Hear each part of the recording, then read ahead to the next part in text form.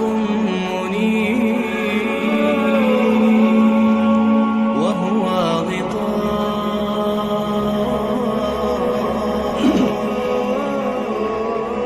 حول الحمد لله رب العالمين الصلاة والسلام على أشرف الأنبياء والمرسلين محمد وعلى آله وصحبه أجمعين اما بعد فاعوذ باللہ من الشیطان الرجیم بسم اللہ الرحمن الرحیم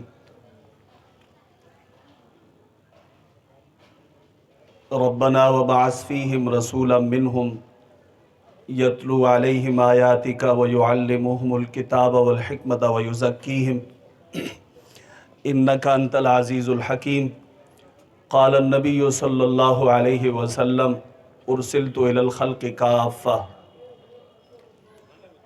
صدق اللہ العظیم وصدق رسولہ النبی الکریم الامین الرؤوف الرحیم۔ آپ جمیع حضرات بآواز بلند پیارے حبیب علیہ السلام کی بارگاہ ناز میں نذران عقیدت و محبت پیش فرمائیں۔ الصلاۃ والسلام علیک یا رسول اللہ، الصلاۃ والسلام علیک یا حبیب اللہ، الصلاۃ والسلام علیک یا نبی اللہ وعلی آلک واصحابک یا نور اللہ۔ چند لمحات کے لیے آپ حضرات سے کچھ گزارشات عرض کرنی ہے۔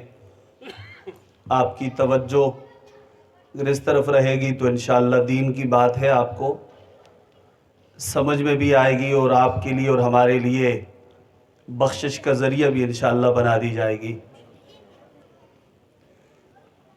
سب سے پہلے تو آپ کے علم میں ہے کہ ہر سال یہ مجلس سجائی جاتی ہے اور اسی طرح آپ شرکت فرماتے ہیں۔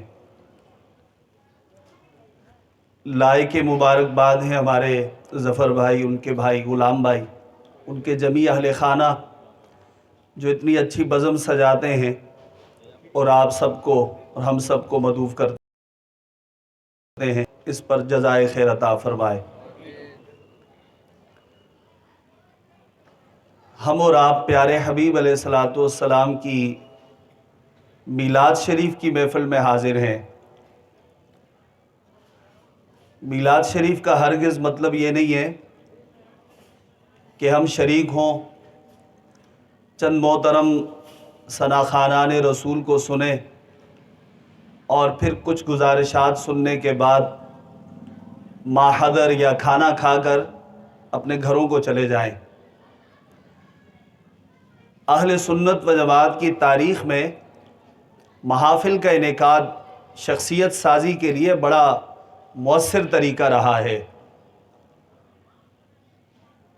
قیام پاکستان سے پہلے ہو یا قیام پاکستان کے بعد، انہی مجالس کے ذریعے آپ اور ہمارے اکابرین دین کی طرف آئے، پھر ہم اپنے اکابرین کی ترغیبات کے پیش نظر دین کی طرف آئے۔ ایسے محفلوں کے انعقاد کا مطلب یہ ہوتا ہے کہ ہم میں اللہ چاہے تو سب، اور اگر اللہ کی مرضی ہو تو جتنوں کی بھی ہدایت نصیب میں ہے اللہ تعالیٰ ان کو دین کی راہ عطا فرما دے۔ اس محفل کا مطلب یہ ہوتا ہے۔ اس کا مطلب نہ تو جو منعقدین ہوتے ہیں ان سے رشتہ داری نبھانا ہوتا ہے، نہ ہی اپنی کوئی طاقت ظاہر کرنا مقصود ہوتا ہے، وہ ثانوی مسائل ہیں، وہ دوسرے نمبر پہ ہیں۔ اصل جو مقصد ہے وہ یہ کہ ہم قرآن اور صاحب قرآن کو سمجھ جائیں کہ رسول اللہ تشریف لائے، آپ کی آمد کا مقصد کیا ہے، آپ کی ہستی کیا ہے، آپ کو اللہ تعالیٰ نے کیسی شخصیت اور کیسی ذات عالی عطا فرمائی، یہ مین چیز ہے جو سمجھنے کی ہے۔ میں اکثر درسوں میں مسجد میں بھی عرض کرتا ہوں کہ رسالت مآب علیہ السلام کو سمجھنے کے لیے، آپ کی تشریف آوری کے مقصد کو سمجھنے کے لیے، آپ کی تشریف آوری سے پہلے عربوں کا جو نظام تھا اس کو سمجھنا ضروری ہے کہ ان لوگوں میں کیا کیا رسمیں رائج تھی، ان میں کیا کیا برائیاں تھیں، وہ کیا کیا کرتے تھے۔ پھر رسول اللہ تشریف لائے صلی اللہ علیہ وسلم، آپ نے اللہ کے عطا کردہ اصولوں سے اس ساری انسانیت کا رشتہ دوبارہ اللہ کی ذات اقدس کے ساتھ جوڑا۔ کیا وجہ تھی کہ وہ انسانیت اللہ سے دور ہوئی؟ کیا وجہ تھی کہ ان کا رازق تو پہلے کی طرح تب بھی اللہ تھا اور بعد میں بھی اللہ ہی تھا، لیکن انہوں نے اللہ کی ذات کو چھوڑا؟ اس کی کیا وجوہات تھی؟ اس میں بڑا کردار تھا معاشرے کا۔ رسالت مآب علیہ السلام نے اس بنیادی اکائی کو تبدیل کیا، اس معاشرے کو بدلا۔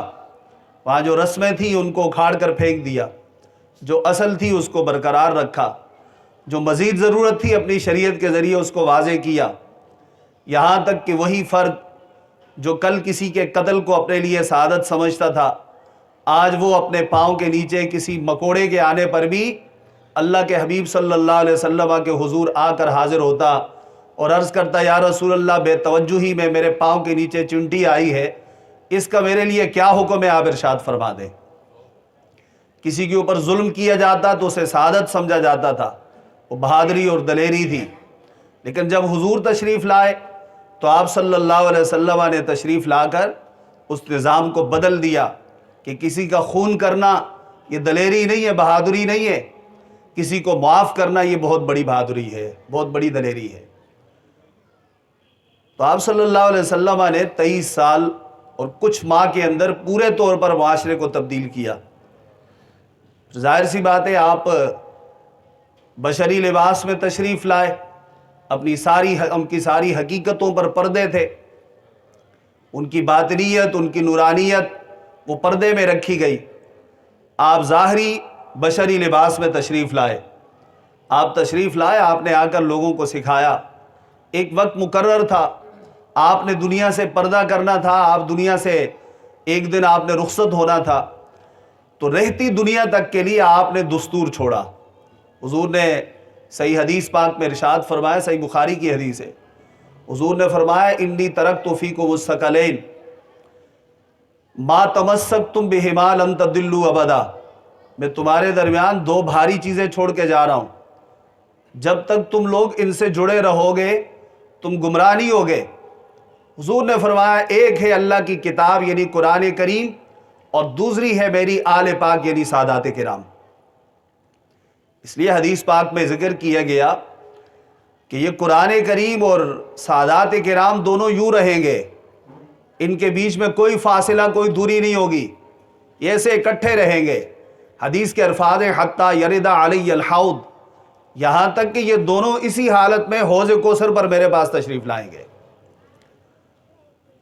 تو ایک دستور دیا رسالت میں آپ صلی اللہ علیہ وسلم نے، اس دستور کے مطابق ابو بکر صدیق رضی اللہ عنہ بھی فیصلہ کرتے رہے، عمر فاروق رضی اللہ عنہ بھی فیصلہ کرتے رہے، عثمان غنی رضی اللہ تعالیٰ عنہ کا بھی عدالتی نظام اسی پر قائم تھا، اور سیدنا علی المرتضیٰ مولا مشکل کشا رضی اللہ تعالیٰ عنہ کا بھی نظام اسی پر قائم تھا۔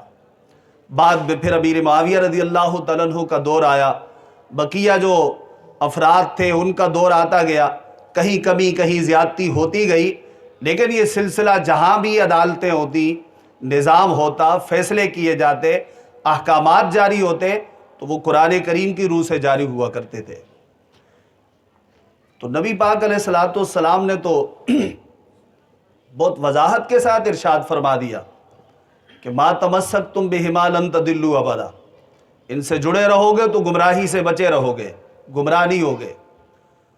تو آج ہم اتنے سارے افراد بیٹھے ہیں، مجھے پہلا میرا اپنی ذات سے خود سوال ہے، پھر آپ سب سے ہے، کیا ہم قرآن کے قریب ہیں؟ دوسری حدیث شریف کے مطابق کیا ہم سنت کے قریب ہیں کہ سنت دوسری چیز قرار دی گئی؟ تو بہت معذرت کے ساتھ میں اپنے گھر سے لے کر اپنے معاشرے کے افراد تک، اپنے حلقہ احباب تک، جہاں جہاں بیٹھنا اٹھنا ہے وہاں میں دین سے دور ہوں۔ اگر میں دین سے قریب ہوتا، قرآن اور حدیث کے قریب ہوتا، رسول اللہ کی آل پاک کے قریب ہوتا، تو آج شاید دنیا ہمارے سامنے کھڑے ہو کر یہ سارے نخرے نہ کرتی جو کر رہی ہے۔ بڑی آسان سی بحث ہے ہمارے فقہاء اسلام نے لکھی، انہوں نے کہا یہ جو دینی علوم ہیں ان کو صرف 4 قسموں میں انہوں نے بانٹا، اگر 4 قسمیں آپ سمجھ جائیں تو دین کو سمجھنا آسان ہو جاتا ہے۔ کہا دین کے جمیع مسائل صرف 4 قسم کے ہیں۔ پہلے وہ جو جن کا تعلق عقیدے سے ہے، جیسے عقیدہ توحید ہے، اللہ کو ایک ماننا، اللہ کے لیے آپ کیا مان سکتے کیا نہیں مان سکتے، اس کی ذات اقدس کے لیے آپ کیا نظریہ رکھیں گے کیا نہیں رکھیں گے۔ اللہ جزائے خیر دے علماء کرام کو، انہوں نے آسانی کے پیش نظر ہمارے لیے لکھ دیا۔ رسالت سے متعلق عقائد ہیں، نبوت سے متعلق عقائد ہیں، حشر و نشر ہے، پھر منزل من اللہ کتابیں ہیں، ان پہ ایمان لانے کا مسئلہ ہے، سابقہ کتابوں کے حوالے سے ہمارا دین کیا کہتا ہے، یہ بنیادی بحثیں ہیں۔ کہ ایسا نہیں ہوتا کہ ہمارے ہاں کوئی ایک تحریر بھیج دی جائے اور اس پہ انجیل کی کوئی عبارت لکھی ہو یا تورات کی کوئی عبارت لکھی ہو اور ہمیں کوئی یہ کہہ دے کہ یہ فلاں جگہ یہ لکھا ہے، تو ہم پھر جا کر اپنے دوست و احباب میں اس کا تذکرہ کرتے ہیں۔ ہم کہتے ہیں کسی نے تحریر بھیجی تھی، اس پہ انجیل کی بڑی اچھی بات لکھی تھی۔ انجیل اللہ کی کتاب ہے، اللہ نے اسے نازل کیا، لیکن انجیل کا وقت ختم ہو چکا، اب وقت قرآن کریم کا ہے۔ حضرت عمر فاروق رضی اللہ تعالیٰ عنہ رسالت مآب علیہ الصلوۃ والسلام کی بارگاہ اقدس میں حاضر ہو کر تورات کا ایک نسخہ تلاوت کر رہے تھے۔ پیارے حبیب صلی اللہ علیہ وسلم ان کے کلمات سن رہے تھے اور آپ کے چہرے انور کے تاثرات بدل رہے تھے، رنگ بدل رہا تھا۔ حضرت ابوبکر صدیق رضی اللہ تعالیٰ عنہ نے دیکھا اور انہوں نے سمجھ لیا کہ پیارے آقا علیہ السلام کو ان کا یہ پڑھنا اچھا نہیں لگ رہا۔ حضرت عمر رضی اللہ تعالیٰ عنہ کو منع کیا، ان کی توجہ گئی، انہوں نے دیکھا، انہوں نے کہا کہ ہم اللہ کو رب مان کر، اللہ کے قرآن کو امام مان کر، دین کو اسلام مان کر، اسلام کو اپنا دین مان کر، اور آپ کو اپنا رسول مان کر اس بات پر راضی ہیں۔ حضور نے فرمایا سنو، اگر اس زمانے میں سیدنا موسیٰ علیہ السلام بھی ہوتے تو ان کے لیے بھی کوئی چارہ نہیں تھا قرآن کریم کے علاوہ کسی اور کے پیچھے جانے کا، وہ بھی قرآن کریم ہی کو تسلیم کرتے، اسی کے احکامات کے مطابق چلتے۔ بہت اہم بات ہے، اس کو ذہن میں رکھیے گا۔ میں آگے چل کے انشاءاللہ اس پہ مختصر سے عرض کرتا ہوں۔ ایسے دوسرے مسائل جو ہیں ان کا تعلق ہے ہماری مالی اور بدنی عبادات سے، جیسے زکوٰۃ کے مسائل ہیں، ہمارا مالی مسئلہ ہے پورا شروع سے آخر تک۔ پھر حج کا مسئلہ ہے، اس میں ایک حصہ مالی عبادت کا ہے، ایک حصہ بدنی عبادت کا ہے۔ پھر کلی طور پر بدنی عبادات جیسے نماز ہے، جیسے روزہ ہے، یہ بڑی اہم بحثیں ہیں۔ ہمارے یہاں تو ہمارے یہاں دارالافتاء میں بہت سارے ایسے لوگ آ کر اپنے ائمہ کرام کی وہ ان کے طور پر شکایتیں ہوتی ہیں کہ ہمارے امام صاحب نماز کے علاوہ بات ہی نہیں کرتے۔ آپ نمازی بن جائیں، امام صاحب اگلی بات کریں گے۔ جب آپ نماز نہیں پڑھیں گے تو امام صاحب اسی پہ زور دیں گے۔ جب آپ نماز سیکھ جائیں گے، نماز پڑھنا شروع کر دیں گے تو امام صاحب آپ کو روزے پہ لے کے جائیں گے۔ جب آپ وہ سیکھ جائیں گے تو پھر آپ کو آگے زکوٰۃ پہ لے جائیں گے۔ آپ سیکھیں تو صحیح پہلے، تو یہ ذہن میں رکھیے گا۔ پھر تیسرے جو اہم مسائل ہیں ان کا تعلق معاملات سے ہے، وہ نکاح ہے، وہ خرید و فروخت کے مسائل ہیں، وہ خلا ہے، وہ طلاق ہے، وہ عدت ہے، وہ رضاعت کے مسئلے ہیں، یہ ساری چیزیں یہ پھر اس سے متعلقہ ہیں۔ چوتھے مسائل جو بیان کیے وہ اخلاقیات سے ہیں، جیسے شجاعت ہے، دلیری ہے، شکر ہے، صبر ہے، یہ سارے مسائل چوتھے مرحلے میں ڈالے گئے۔ پوری جو فقہ اسلام ہے وہ ان چار مسائل کے اوپر گھومتی ہے، یا تو فقہ بحث کرے گی عقیدے سے، یا بحث کرے گی بدنی اور مالی عبادت سے، یا بحث کرے گی کسی معاملے سے، یا بحث کرے گی آپ کی اور میری اخلاقی تربیت سے، آپ کی اور میری اچھی عادات سے۔ یہ بڑی بنیادی چیز ہے۔ یہ چار مرحلے علماء کرام نے اپنی کتب کے اندر، فقہاء کرام نے بیان فرمائے۔ اب مسئلہ توحید کا لیا جائے تو ہم سب جانتے ہیں اللہ ایک ہے، ہم سب کو پتہ ہے وہی عبادت کے لائق ہے، اس کے علاوہ کوئی عبادت کے لائق نہیں۔ الحمدللہ ہم کلمہ پڑھتے ہیں، کلمہ گو مسلمان ہیں، اور اس کے مطابق ہم اپنے طور پر چلنے کی کوشش بھی کرتے ہیں، یہ سب کو پتہ ہے۔ اللہ تعالیٰ کی ذات اقدس کے لیے کیا نظریہ ہونا چاہیے، کیا عقیدہ ہونا چاہیے، یہ فرض عین ہے، ہر مسلمان کو جاننا فرض ہے۔ اللہ تعالیٰ کی توحید کے مسائل کو سمجھنا سب کا فرض ہے۔ فرض عین کا مطلب یہ ہے، میں آسان الفاظ میں سمجھا دوں، آپ گھر کے بڑے ہیں اور آپ کے گھر کا ٹوٹل خرچہ آپ کے سر ہے، آپ اپنا سارا کاروبار ایک مہینہ بند کر کے بیٹھ گئے، یا آپ کہیں نوکری کرتے تھے اور آپ نے وہاں جانا چھوڑ دیا، یا اور کمائی کے ذرائع تھے، آپ نے کچھ بھی نہیں کیا، 1 مہینے کے بعد پھر آپ کو نتائج آپ کے گھر کے موصول ہونا شروع ہو جائیں گے. پھر آپ کو پتہ چلے گا کہ 1 مہینہ کام نہ کر کے، اپنا فرض عین ادا نہ کر کے میں نے کتنا بڑا نقصان کیا ہے. اس لیے تو مسئلہ مولانا لوگوں کا ہے نہیں کہ مولانا سمجھائیں گے، یہ تو ہم سب کا مسئلہ ہے. یہ آپ جب اتنا شوق لے کر کھڑے ہوں گے تو آپ دیکھیں آپ کے سینے کے اندر توحید کی شمع کیسے روشن ہوتی ہے. پھر کوئی بندہ کھڑے ہو کے ہمیں یہ نہیں سکھانے کے لیے کھڑا ہوگا کہ آپ توحید نہیں جانتے. ہم جانتے ہیں الحمدللہ. اللہ کو ایک ماننا، اسی کو توحید کہا جاتا ہے. اور جب اس اللہ کو ایک مان لیا تو پھر اسی وحدہ لا شریک کی بات تسلیم کرنی ہے. اس لیے تو اقبال نے کہا تھا چوبی گویم مسلمانم بلرزم کہ دانم مشکلات لا الارا. جب میں کہتا ہوں میں مسلمان ہوں تو میں لرزہ بر اندام ہو جاتا ہوں، کپ کپا جاتا ہوں، مجھ پہ کپ کپی طاری ہو جاتی ہے، کیونکہ میں لا الہ الا اللہ کی مشکلات کو جانتا ہوں. مشکلات یہ ہیں کہ پھر آپ کو بڑے بڑے ممالک کے خلاف کھڑا ہونا ہے، پھر آپ کو بڑی بڑی قوتوں کے خلاف سینہ سپر ہونا ہے، پھر آپ کو ہر ایک اس کے خلاف کھڑا ہونا ہے جو توحید کے مخالف چلتا ہے. جہادی تو ہے، یہ بنیادی تصور ہے. اب اسلام سے تعلق رکھنے والا کوئی بھی فرد اگر اس سے واقف نہیں ہوگا تو وہ اگلے مرحلے نہیں طے کر پائے گا. ایسے مسئلہ رسالت کا ہے. رسالت میں آپ صلی اللہ علیہ وسلم کی ذات اقدس سے جڑے ہوئے مسائل آپ دیکھ لیں. ہمارے ہاں آج کل بہت گردش کرتی ہے یہ بات، وَمَا أَرْسَلْنَاكَ إِلَّا رَحْمَةً لِّلْعَالَمِينَ، کہ ہم نے آپ کو سارے جہانوں کے لیے رحمت بنا کر بھیجا ہے. اچھا مفہوم کیا لیتے ہیں؟ مفہوم یہ لیتے ہیں کہ کسی نے گستاخی کی ہے تو اپنے گھر میں رہے. رسالت میں آپ علیہ الصلوۃ والسلام اپنے گستاخوں کو خود معاف کر دیا کرتے تھے، تو ہمارے لیے بھی ہے کہ ہم معاف کر دیں؟ نہیں صاحب. رسالت میں آپ علیہ الصلوۃ والسلام اپنی ذات اقدس کے مختار تھے. آپ اپنی ذات اقدس کے دشمن کو معاف کریں، اس سے مواخذہ کریں یا کچھ بھی کریں، وہ آپ کے صلی اللہ علیہ وسلم کے خصوصی مسائل تھے. پوری امت کا اتفاق ہے اس بات کے اوپر کہ اب اگر ان کی شان اقدس میں کوئی بے باکی کرے گا تو اسے نہیں چھوڑا جائے گا. پوری امت کا فیصلہ ہے. بڑے بڑے لوگوں نے لکھا جو ان کی عزت اور تکریم کے ایک حد تک قائل نہیں تھے، انہوں نے بھی اپنی کتابوں کے اندر ان باتوں کو تحریر کیا ہے. ایک مسئلہ ہے آج کا، جیسے حضرت عمر رضی اللہ تعالیٰ عنہ تورات لے کر حاضر ہوئے تھے اور پڑھنا شروع کیا تھا. پیارے آقا علیہ الصلوۃ والسلام موجود ہیں، سامنے جلوہ فرمائیں، صحابہ کرام موجود ہیں، زمانہ اطہر ہے، اس میں وہ پڑھتے ہیں حضور کے سامنے تورات. تو حدیث شریف کیا کہتی ہے کہ حضور کا رنگ مبارک جو ہے متغیر ہو گیا، بدل گیا. نبی پاک علیہ الصلوۃ والسلام کے چہرے مبارک کے تاثرات دیکھ کر ابو بکر صدیق نے ان سے فرمایا کہ صاحب پیارے آقا علیہ السلام کو اچھا نہیں لگ رہا. تو انہوں نے فوراً کتاب بند کی، نسخہ بند کیا اور عرض کیا یا رسول اللہ، اللہ کو رب مان کر، دین اسلام کو اپنے لیے دین مان کر، قرآن کو اپنا امام مان کر، آپ کو اپنا نبی اور رسول مان کر ہم اس بات پر راضی ہیں. تو پھر حضور نے فرمایا کہ اگر حضرت سیدنا موسیٰ علیہ السلام بھی ہوتے تو وہ تورات کے پیچھے نہ چلتے، ان کے لیے اور کوئی چارہ نہ ہوتا، وہ قرآن کے پیچھے ہی ان کو چلنا پڑتا، کیونکہ اب میری رسالت ہے، میری نبوت ہے. ان کا زمانہ نبوت اب اختتام پذیر ہو چکا ہے. ایک عمر رضی اللہ تعالیٰ عنہ پڑھیں، تورات کو پڑھیں، فیصلہ نہیں کر رہے تورات سے، تورات کا کوئی حکم نافذ نہیں کر رہے، تورات کو پڑھ رہے ہیں صرف. نبی پاک علیہ الصلوۃ والسلام کی ناراضگی اس حد تک کہ آپ منع کر دیں اور حضرت ابوبکر صدیق منع کر دیں ان کو، اور آپ ان پر یہ جملے ارشاد فرمائیں. ہمارے یہاں کیا فیصلے ہوتے ہیں عدالتوں میں، ہمارے یہاں کون سا قانون چلتا ہے؟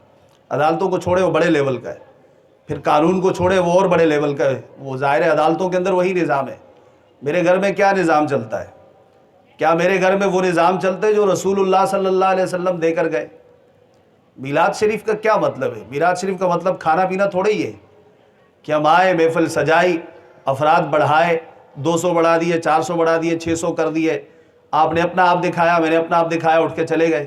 اس کی یہ مطلب تھوڑی ہے میلاد کا. میلاد کا مطلب ہے رسول اللہ صلی اللہ علیہ وسلم کی ذات اقدس کو سمجھنا. اور یہ اٹل بات ہے، ہمارے جن بزرگوں نے حضور کی ناموس کے لیے کام کیا وہ رسول اللہ کی ذات اقدس کو سمجھتے تھے. علامہ خادم حسین رضوی علیہ رحمہ کو دیکھیں، کیا ان کی زبان پر وہ کلمات سلاست کے ساتھ، تسلسل کے ساتھ دی جاری ہوتے تھے جو رسول اللہ صلی اللہ علیہ وسلم نے اپنی احادیث میں ارشاد فرما دیے. جتنے بڑے بڑے اکابرین، اعلیٰ حضرت سیدی اعلیٰ حضرت علیہ رحمہ کی ذات اقدس کو دیکھیں، تو جب ہی سمجھ آئے گا جب ہم ان کی ذات اقدس کو پڑھیں گے، ان کے مطابق ہمارے فیصلے ہوں گے. بھائی اور آپ نظام کے اوپر انگلی اٹھاتے ہیں، ہم کہتے ہیں کہ فلاں نے یہ نہیں کیا، فلاں نے وہ نہیں کیا، وہ غلطی ہے ان کی، ہم کھڑے ہو گئے، ہم کریں گے بات. لیکن تبدیلی یہاں سے آتی ہے. فرد معاشرے کے اندر بڑا کردار رکھتا ہے. جب فرد میں تبدیلی آتی ہے تو فرد سے جڑے ہوئے افراد بھی بدلتے ہیں، پھر ان افراد سے جڑا ہوا ہر فرد آگے بدلتا چلا جاتا ہے، اور ایک وقت آتا ہے پورے کا پورا معاشرہ سدھر جاتا ہے. تو یہ ذہن کے اندر رکھیے گا، رسالت مآب علیہ السلام جو دین لے کر تشریف لائے ہیں، قیامت کے دن مجھ سے، آپ سے، جیسے آج ہمارا قانون کھڑے ہو کے ہم سے سوال کرتے ہیں کہ آپ نے قانون کی پاسداری کیوں نہیں کی. ایک قانون اللہ کا ہے، ایک قانون اللہ کے رسول کا ہے. اللہ تعالیٰ اپنے قانون کے متعلق سوال کرے گا قیامت کے دن، رسول اللہ اپنے قانون کے متعلق سوال کریں گے قیامت کے دن. تو یہ بات ذہن میں رکھنے کی ہے. یہ کوئی نہ سمجھے کہ کوئی مولانا صاحب ہے تو شاید وہ زیادہ دین کا وہ ٹھیکیدار ہے، وہ دین کا کام اس کے ذمہ ہے. نہیں، اس کے ذمہ صرف نہیں ہے، اس کا اپنا حق ہے، وہ اپنے حصے کا کام کر رہا ہے. کوئی اس سے جڑے ہوئے مسجد کے عملے سے کوئی تعلق رکھتے ہیں، کوئی بھی مسجد ہو اس کے عملے سے تعلق رکھتا ہے، ان کی اپنی ذمہ داری ہے. ان کے پیچھے کھڑے ہوئے ہر نمازی کی ذمہ داری ہے کہ وہ اتنی چیزیں جانتا ہو کہ کل کے لیے ہنگامی حالات میں، ایمرجنسی کی صورت میں اس کو مصلی پہ کھڑا ہونا پڑے تو کھڑے ہونے کے لائق ہو، وہ کھڑے ہو کر تلاوت کر سکے، وہ کھڑے ہو کر لوگوں کو نماز پڑھا سکے، کیونکہ وہ اسی امام کے پیچھے نماز پڑھتا ہے جو امام اس کو روزانہ نماز پڑھاتے ہیں. کیا ہم ہے اس لائق؟ یہ سوچنے کی بات ہے. تو آسان سا مسئلہ جو ہمارے لیے فقہائے کرام نے رحمت اللہ تعالیٰ علیہ نے آسان کر کے ہمارے لیے تحریر فرما دی ہے. کچھ موجودہ صورتحال کے حوالے سے میں دو باتیں کر کے اجازت چاہوں گا. ایک تو یہ کہ آپ حضرات کوشش کریں، میں ہر سال عرض کرتا ہوں، اب اپنے اپنے حصے کا کام کریں. اگر جتنے آپ حضرات تشریف لائیں ہجرت کالونی سے یا ہمارے ظفر بھائی کے باہر سے کوئی مہمان آئے وہ یا باقی جو اسی ہمارے علاقے کے لوگ ہیں، آپ سب کھڑے ہوں، سب کام کریں، آپ کو کوئی نہیں روکے گا کام سے. اہل سنت و جماعت کا ہمیشہ یہ وتیرہ رہا ہے. سیدی اعلیٰ حضرت رحمہ اللہ کی سیرت پڑھیں، ان کے قریب بیٹھنے والے افراد کو انہوں نے تیار کیا. آپ کے دنیا سے چلے جانے کے بعد، بلکہ آپ دنیا میں اس وقت ظاہری حیات میں، مبارک حیات میں تھے جب سے ہی مفتی امجد علی اعظمی علیہ رحمہ نے، مفتی سید نعیم الدین مراد آبادی علیہ رحمہ نے، دیگر آپ کے شاگردوں نے کام شروع کر دیا تھا. ان سے جڑا ہر طبقہ، ہر فرد وہ دین سے قریب تھا. تو اس لیے آپ سب حضرات، کوئی اس گلی میں رہتا ہے، اگلی میں رہتا ہے، پیچھے آبادی میں رہتا ہے، کوئی اس طرف رہتا ہے، آپ سب کا فرض ہے، ایک فرد کے اوپر مت چھوڑیں. آپ کھڑے ہوں، آپ کام کریں. میں درسوں میں اپنی مسجد میں بھی عرض کرتا ہوں کہ آپ اپنے گھر کے بڑے ہیں. حدیث صحیح میں ارشاد فرمایا گیا، کلکم راعٍ وکلکم مسئول عن رعیتہ. ہر بندہ اپنے گھر کا نگہبان، سربراہ، ذمہ دار، اور وہ اس کا مشرف ہے. کل قیامت کے دن اس سے اس کی رعیت کے متعلق سوال ہوگا. اب رعیت کیا ہے کہ بیوی کو کیا تربیت دی آپ نے، بچے کو کیا تربیت دی، بیٹی کو کیا تربیت دی، بہن بھائیوں کے ساتھ آپ کی تربیت کا سلسلہ کیسا تھا، آپ کے ماں باپ کے ساتھ آپ کا رویہ کیسا تھا. یہ سب چیزیں آپ سے، مجھ سے، ہر ایک بندے سے زیر بحث لائی جائیں گی، ان کے متعلق سوال ہوگا. تو اپنے آپ کو ایک تو اس قابل بنائیں کہ آپ اگر نماز نہیں پڑھتے تو آپ نماز پڑھیں، آپ کے اہل خانہ نماز پڑھیں. ہفتے میں ایک دن رکھیں، نہیں تو 15 دن میں، نہیں تو مہینے میں. بہت ساری کتابیں اردو کی ہمارے ہاں درس دیے جاتے ہیں، جیسے ہمارے دعوت اسلامی سے فیضان سنت کا درس ہوتا ہے، نماز کے احکام کا درس ہوتا ہے. بقیہ ایسی کتابیں بہت ساری ہماری، ان کتابوں کو آپ پڑھیں، لے کر گھر میں رکھیں، اس سے درس دیں. آپ کو کون روکتا ہے؟ کسی مستند عالم دین کی لکھی ہوئی کتاب ہے، آپ پڑھیں، پڑھ کے سنائیں. کتنی اچھی بات ہوگی کہ آپ کی زوجہ آپ کی زبان سے پہلی دفعہ، شاید پہلی دفعہ زندگی میں اتنا اچھا کلمہ سنے گی، وہ بھی خدا کا شکر ادا کرے گی کہ اللہ نے میرے شوہر کو ہدایت کی راہ عطا فرما دی ہے، یا میرے بیٹے کو ہدایت کی راہ عطا فرما دی ہے. تو صرف مجھ پہ نہ چھوڑیں، صرف فیضان بغداد کے ہمارے محترم امام صاحب پہ نہ چھوڑیں، نور مسجد کے قاری عبد المناف صاحب پہ مت چھوڑیں. آپ کا اپنا بھی کام ہے، آپ خود بھی کھڑے ہوں، آپ کام کریں. دوسرا جو اہم مسئلہ ہے وہ موجودہ صورتحال کا ہے. ہمارے مفتی صاحب نے اس پر بہت تفصیل سے بحث کی، انہوں نے لکھا بھی اس چیز کو. خلاصہ یہ ہے کہ جو حالات ابھی روڈوں پر ہمارے بزرگ ہیں، اہل سنت و جماعت کے افراد ہیں، ہمارے یہاں، ہمارا بھی شاید ذہن ہوگا، آپ کا بھی ذہن ہوگا، کئیوں کا ذہن ہوگا. پہلے تو یہ کہ میں اس سیاسی پارٹی کا حصہ نہیں ہوں، میری ہمدردی ہے، میرے اہل سنت و جماعت کے نوجوان ہیں، ہمارے بزرگوں کی تربیت ہے، اور ہمارے بڑے بھی ان کے حامی ہیں، ان کی حمایت میں ہیں، ان کے ساتھ رہتے ہیں. ان کو اچھی بات بتاتے ہیں، کہیں غلطی ہوتی ہے تو ان کی نشاندہی کرتے ہیں کہ آپ یہ غلطیاں مت کریں، کہ آپ کی غلطی سے کہیں مسلک کے اوپر، ہمارے اہل سنت و جماعت کے نظریے کے اوپر کوئی بات نہ آ جائے۔ تمہارے ذہنوں میں یہ بات ہے کہ ان کو باہر نکلنے کی کیا ضرورت تھی؟ تو ضرورت تھی صاحب، آپ پڑھیے گا، آپ پڑھے لکھے ہیں کہ ایک ملک کے سفیر کا مطلب کیا ہوتا ہے۔ آپ ویانا کنونشن کو پڑھیں گے اور اس کی 9 نمبر شق کا آپ مطالعہ کریں گے، آپ کو بہت وضاحت کے ساتھ یہ بات سمجھ میں آ جائے گی کہ جو سفیر ہوتا ہے وہ سفیر کبھی بھی نکالا جا سکتا ہے، اس کے نکالے جانے میں کوئی رکاوٹ نہیں ہے۔ پھر ہمارے تجزیہ کاروں نے اس پر بہت بحثیں لکھی، انہوں نے کہا سفیر کے نکالنے کے بعد فرانس اپنے تعلقات توڑے گا، اس بنیاد پر پھر بقیہ یورپی ممالک تعلقات توڑ دیں گے۔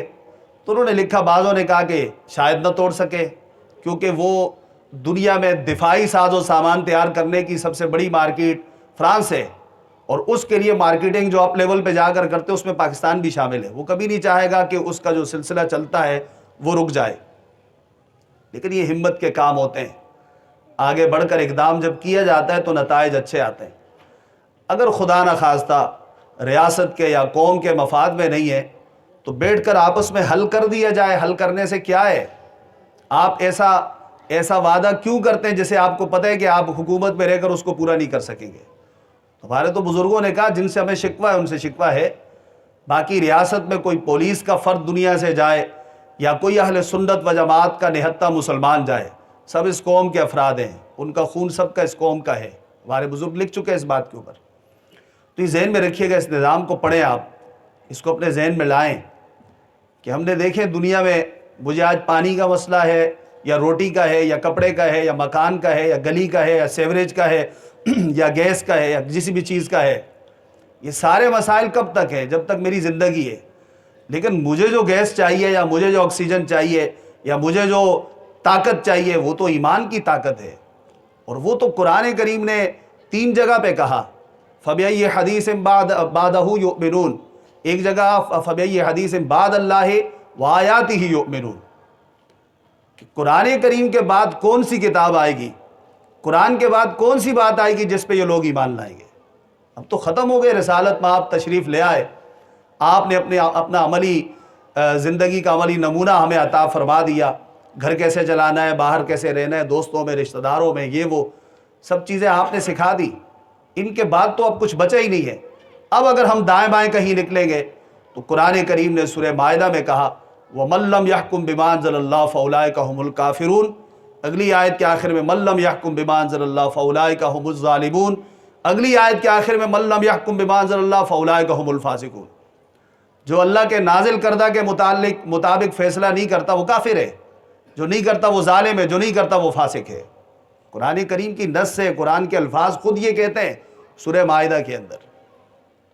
تو پہلی قومیں کیوں تباہ ہوئی؟ بنی اسرائیل کے منہ پہ کالک کیوں ملی گئی؟ اس لیے تو ملی گئی کہ انہوں نے نفس کو غالب کر دیا اور اللہ کی کتاب کو مغلوب کر دیا۔ انہوں نے اپنے آپ کو آگے رکھا، اپنے دستور کو، اپنے قومی نظریہ کو آگے رکھا، اور اللہ اور اس کے رسولوں کے کلام کو پیچھے ڈال دیا، اس کی کوئی وقت نہ رکھی انہوں نے۔ نتائج ہمارے سامنے۔ وگرنہ قرآن کریم سورہ بقرہ کا جہاں سے پہلے پارے کا دوسرا پاو شروع ہوتا ہے، وہاں سے آگے بحث ہی بنی اسرائیل کی، بلکہ کافی پہلے سے بحث بنی اسرائیل کی ہے۔ ان کی چند غلطیاں گنی گئی۔ ایک غلطی کی، موسیٰ علیہ السلام کے پاس آئے، انہوں نے اللہ سے دعا کی، اللہ تعالیٰ نے انہیں معاف کر دیا۔ پھر کچھ عرصہ توبہ برقرار رکھی، پھر غلطی کی، پھر یہی ہوا۔